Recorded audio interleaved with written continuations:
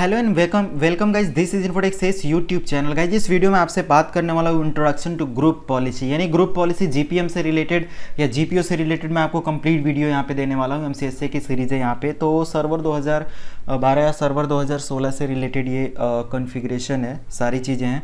तो पहले हम लोग समझते हैं कि डिटेल में जीपीओ होता क्या है, ग्रुप पॉलिसी बेसिकली होता क्या है। तो इस चैप्टर में आप गाइज सीखोगे, इस सीरीज़ में आप सीखोगे बेसिकली यहाँ पे देखो तो इंट्रोडक्शन टू ग्रुप पॉलिसी क्या है और इसको इम्प्लीमेंट कैसे करते हैं, जीपीओ को, जीपीओ स्कोप कैसे बनाते हैं, पॉलिसी प्रोसेसिंग क्या होती है और इसकी ट्रबल शूटिंग के बारे में हम लोग सीखेंगे।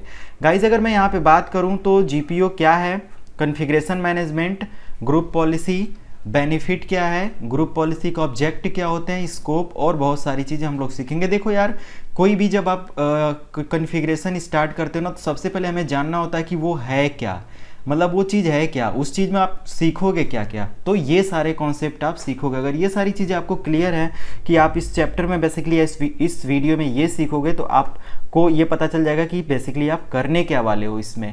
तो यहाँ पे मैं क्या कर रहा हूँ, देखो याद दिया हुआ है व्हाट इज कॉन्फ़िगरेशन मैनेजमेंट।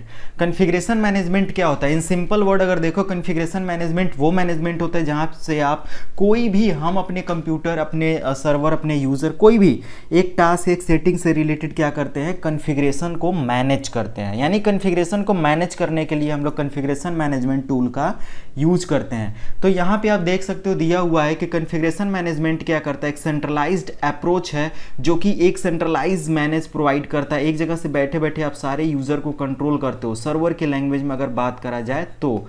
उसके बाद जितने भी आप यूज़र पे पॉलिसी, पॉलिसी या परमिशन जो भी अप्लाई करना चाहते हो अपने कंप्यूटर से या यूज़र पर, आप इसके थ्रू कर सकते हो। यानी यूज़र और कंप्यूटर दो चीज़ों पे आप कंप्लीटली क्या कर पाओगे, पॉलिसी अप्लाई कर पाओगे। अब यहाँ पे बात होती है गाइस कि कौन कौन से की एलिमेंट होते हैं जो इस चीज़ को मैनेज करते हैं। तो पहला सेटिंग कर पाओगे आप, स्कोप डिफाइन कर पाओगे एंड देन एप्लीकेशन से रिलेटेड सारे कॉन्फ़िगरेशन को आप करा पाओगे कि यूज़र जैसे ही लॉगिन हो उसको पर्टिकुलर ये एप्लीकेशन इंस्टॉल्ड मिले।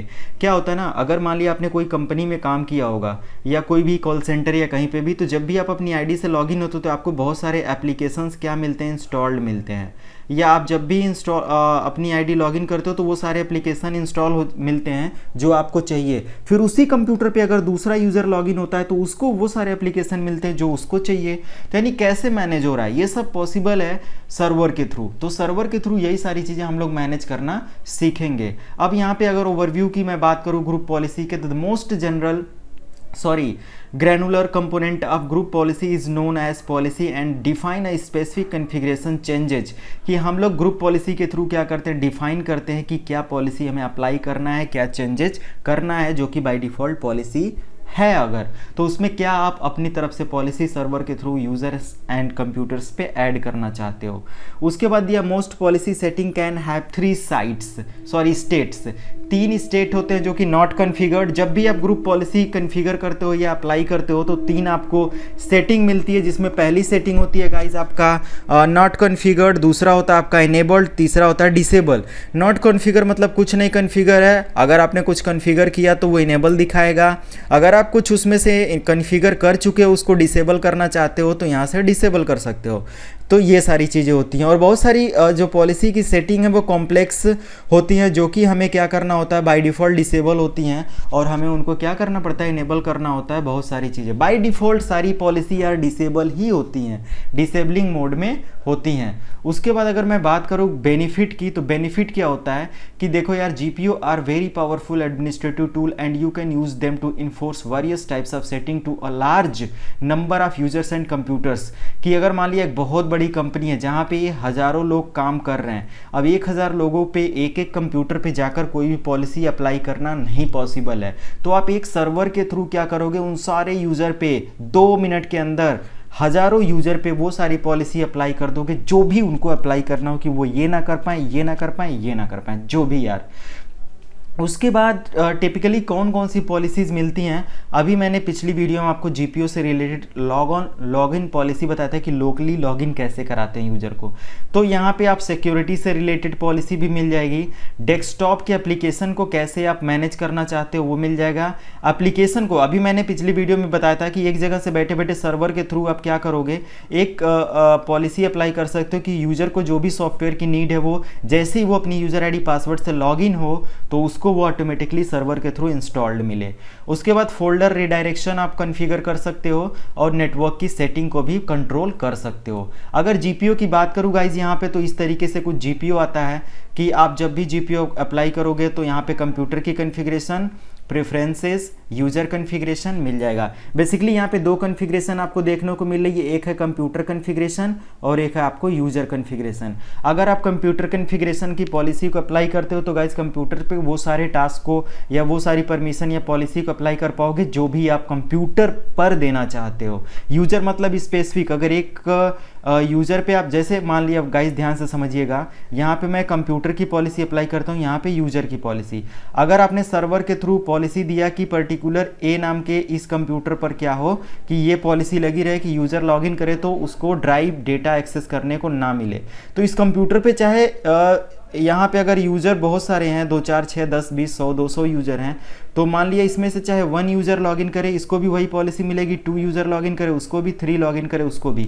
लेकिन अगर आप यूज़र के थ्रू पॉलिसी दे देते हो कि यूज़र ए यूज़र पर पॉलिसी हो, तो ए यूज़र अगर 10 कंप्यूटर पे लॉगिन होगा ना किसी भी नेटवर्क ऑर्गेनाइजेशन में, तो वो 10 कंप्यूटर पे लॉगिन हो या किसी भी कंप्यूटर पे लॉगिन हो ले, उसको वो पॉलिसी मिलेगी ही मिलेगी जो भी उसको सर्वर के थ्रू दी गई है। तो ये गाइस डिफरेंस होता है आपको पॉलिसी से रिलेटेड। अब स्कोप क्या होता है, जीपीओ स्कोप गाइस वो होता है जैसे कि GPO is the collection of users and computers. GPO क्या होता है, बेसिकली जीपीओ होता है ग्रुप पॉलिसी ऑब्जेक्ट। इसमें आप यूजर्स एंड कंप्यूटर से रिलेटेड सारे connections, settings, informations, configuration task को रखते हो और इसी के थ्रू आप क्या करते हो, अप्लाई करते हो। अब जीपीओ क्या होता है, जीपीओ कंटेनर क्या होता है, ओयू क्या होता है, ये सारी चीज़ें मैं बताऊंगा। डब्ल्यूएमआई फिल्टर क्या होता है। देखो जीपीओ कंटेनर क्या होता है, जितना भी आप जीपीओ से रिलेटेड पॉलिसी अप्लाई करते हो या जीपीओ बनाते हो, अगर आपने कोई मैनुअल जीपीओ बनाया हुआ है तो मैनुअल जीपीओ और इन सारी चीज़ों का डेटाबेस कौन रखता है, जीपीओ का सारा डेटाबेस जीपीओ कंटेनर रखता है। ओयू क्या होता है, आपने एक सर्वर बनाया गाइस और सर्वर पे आपने क्या करा, सर्वर का एक मान लिया ब्रांच, आपका हेड ऑफिस क्या है, मुंबई है, फॉर एग्जांपल एक मुंबई है, और आपने इसको क्या बनाया, इसका एक इसका एक साइट बनाया, कहाँ पे, मान लिया लखनऊ में बनाया, और दूसरा एक और साइट बनाया, मान लिया आपने दिल्ली में बनाया। ध्यान से समझिएगा। अब ये सारे लोग क्या हैं, हमारे मेन सर्वर से कनेक्ट होकर अपना काम कर रहे हैं, ये भी ऑर्गेनाइजेशन हमारी, ये भी हमारी है। अभी क्या होगा कि इसके सारे यूजर्स एंड कंप्यूटर को हम लोग क्या करते हैं, अपने सर्वर पे एक ओयू बनाएंगे, ओयू को बता देंगे, फॉर एग्जांपल लखनऊ के सारे मतलब कि कॉन्फ़िगरेशन को या सारे पूरे भी जीपीओ के डेटा को हम मैनेज करना चाहते हो तो हम मेन सर्वर पर एक बनाएंगे ओयू जिसका नाम होगा लखनऊ। तो लखनऊ ओयू के अंदर हम लोग क्या करेंगे, लखनऊ के पूरे ऑर्गेनाइजेशन के डेटा को क्या कर सकते हैं, मैनेज कर सकते हैं। अगर जब भी कभी आप लखनऊ के कोई डिटेल या डेटाबेस या यूजर या ग्रुप्स या कॉन्फ़िगरेशन से रिलेटेड सेटिंग को चेक करना होगा तो आप सिंपल लखनऊ ओयू के अंदर जाकर वो सारा काम कर सकते हो, चेक कर सकते हो। एज इट इज सेम आप डेली साइट के साथ कर सकते हो। तो ये सारी चीज़ें होती हैं। उसके बाद यहाँ पे कुछ और चीज़ है, सिक्योरिटी सेटिंग। सिक्योरिटी सेटिंग आपको पता ही है कि सारी सिक्योरिटी रिलेटेड सेटिंग होती है कि यूज़र ये ना कर पाए, वो ना कर पाए, बहुत सारी चीज़ें। WMI फिल्टर क्या होता है, विंडोज़ मीडिया का इंटरफेस से रिलेटेड ये है।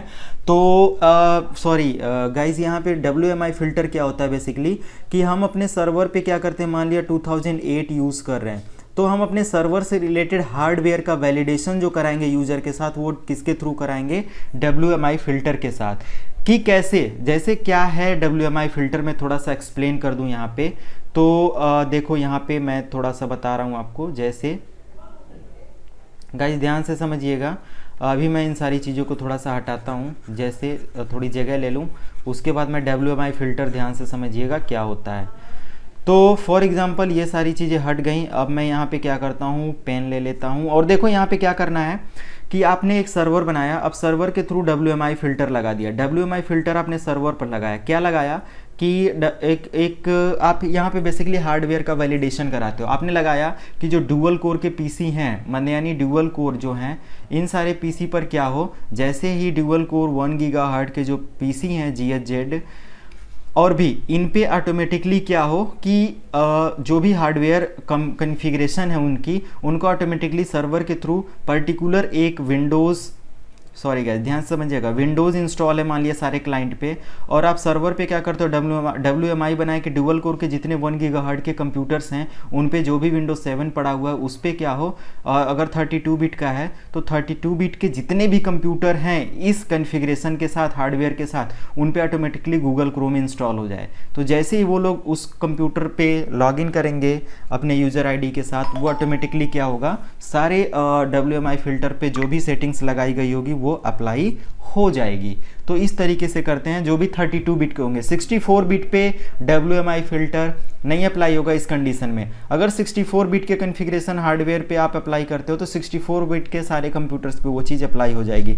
मतलब हार्डवेयर को देखते हुए आपका कंप्यूटर उनको वो सर्विस देगा। अगर हार्डवेयर मैच नहीं होता है WMI से जो भी आपने सर्वर पे कॉन्फ़िगर किया है, तो वो चीज़ उस पर्टिकुलर कंप्यूटर पे या उस पर्टिकुलर जो भी आपका यूज़र है वो अप्लाई नहीं कर सकता है। तो ये रहा गाइस बेसिकली WMI फ़िल्टर के बारे में। कंप्लीट डिटेल मैं कॉन्फ़िगरेशन के साथ बना दूंगा, थोड़ी सी स्क्रिप्टिंग करनी पड़ती है इसमें, तो मैं बता दूंगा।